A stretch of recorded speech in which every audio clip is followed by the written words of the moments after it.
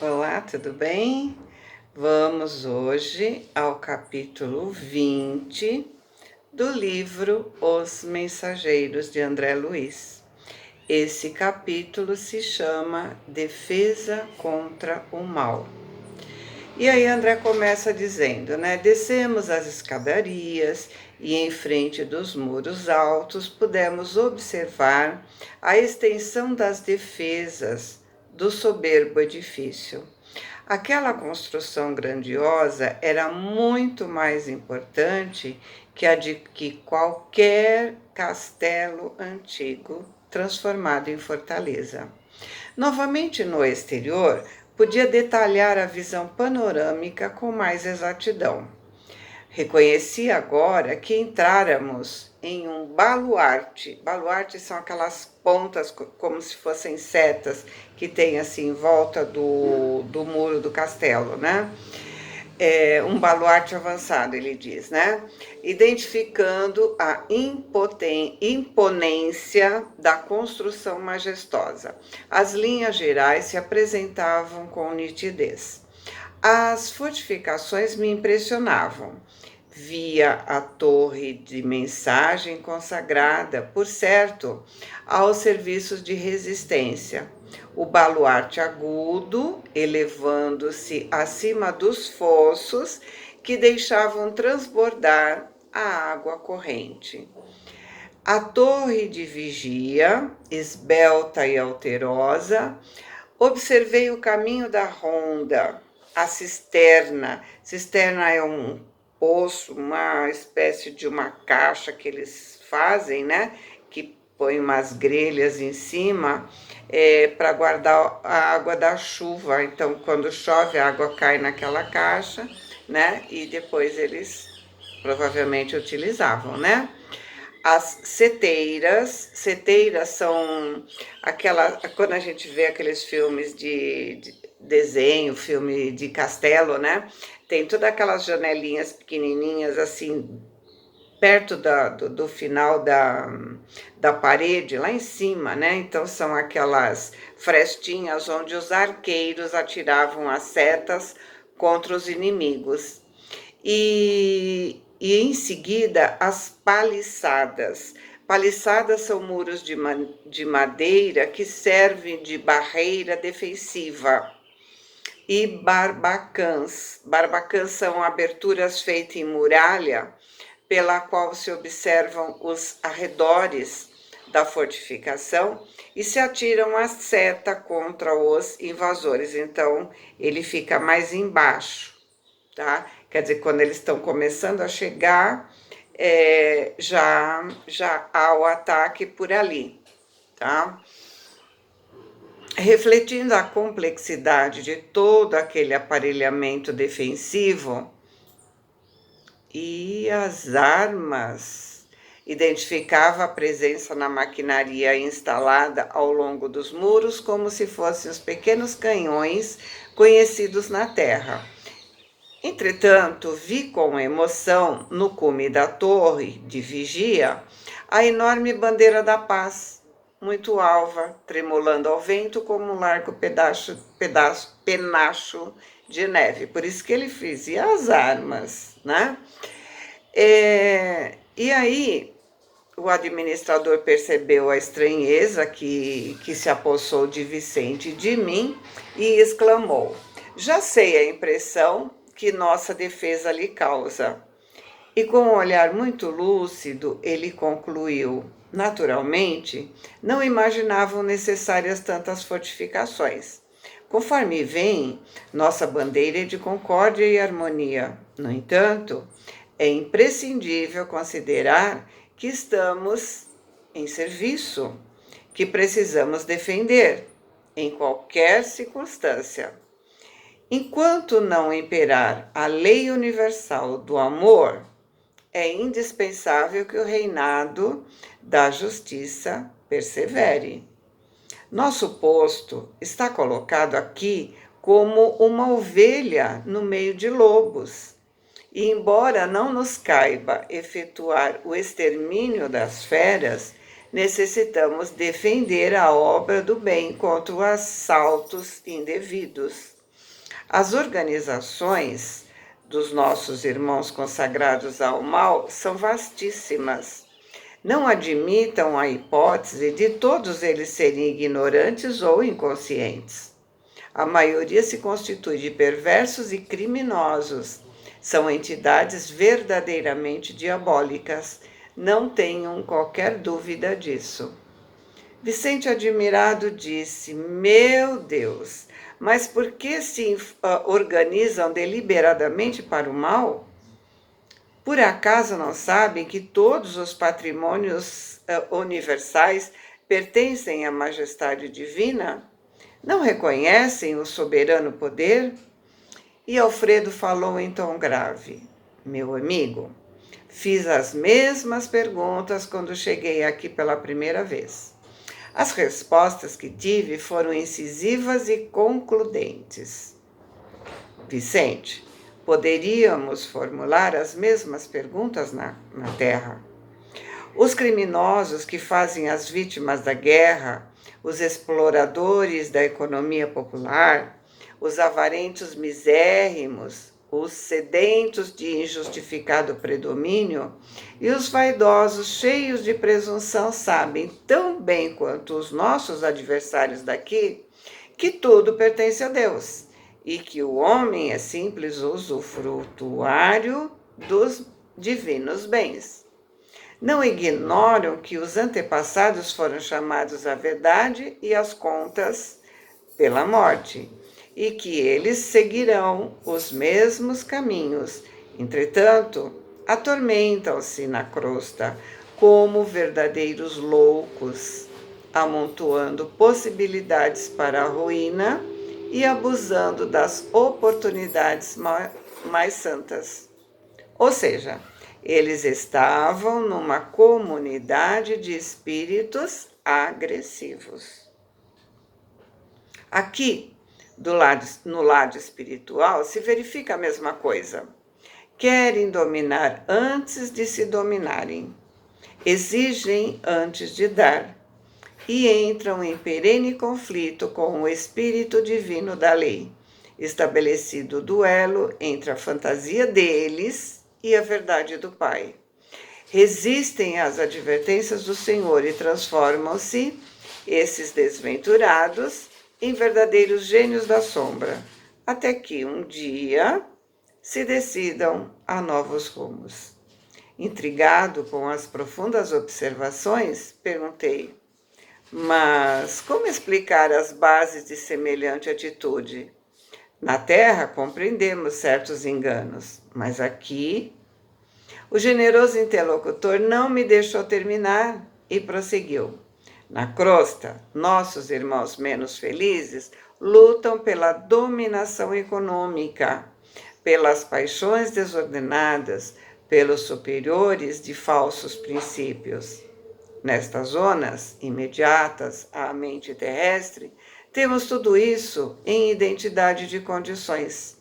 Entre as entidades perversas e ignorantes, existem cooperativas para o mal, sistemas econômicos de natureza feudal, baixa exploração de certas forças da natureza, vaidades tirânicas, difusão de mentiras, escravização dos que se enfraquecem pela invigilância, doloroso cativeiro dos espíritos falidos e imprevidentes.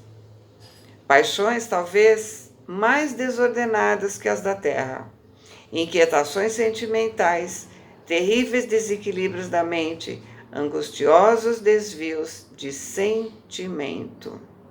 Em todo lugar, meu amigo, as quedas espirituais perante o Senhor são sempre as mesmas, embora variem de intensidade e coloração. Mas e as armas? Por acaso são utilizadas? André perguntou, né? E Alfredo, muito calmo, disse: como não? Não temos balas de aço, mas temos projéteis elétricos. Naturalmente, a ninguém atacaremos. Nossa tarefa é de socorro e não de extermínio. E sob forte impressão perguntei: então, qual o efeito desses projéteis?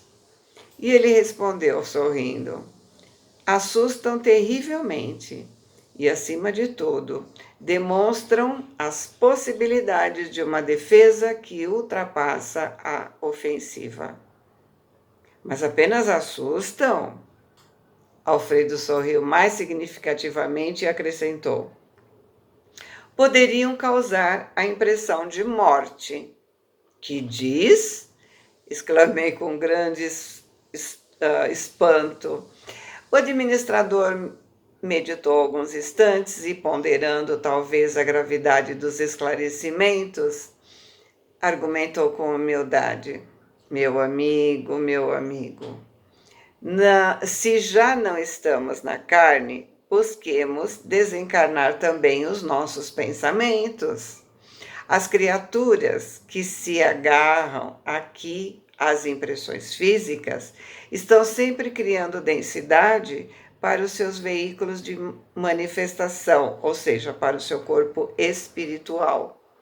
Da mesma forma que os espíritos dedicados à região superior estão sempre purificando e elevando esses mesmos veículos.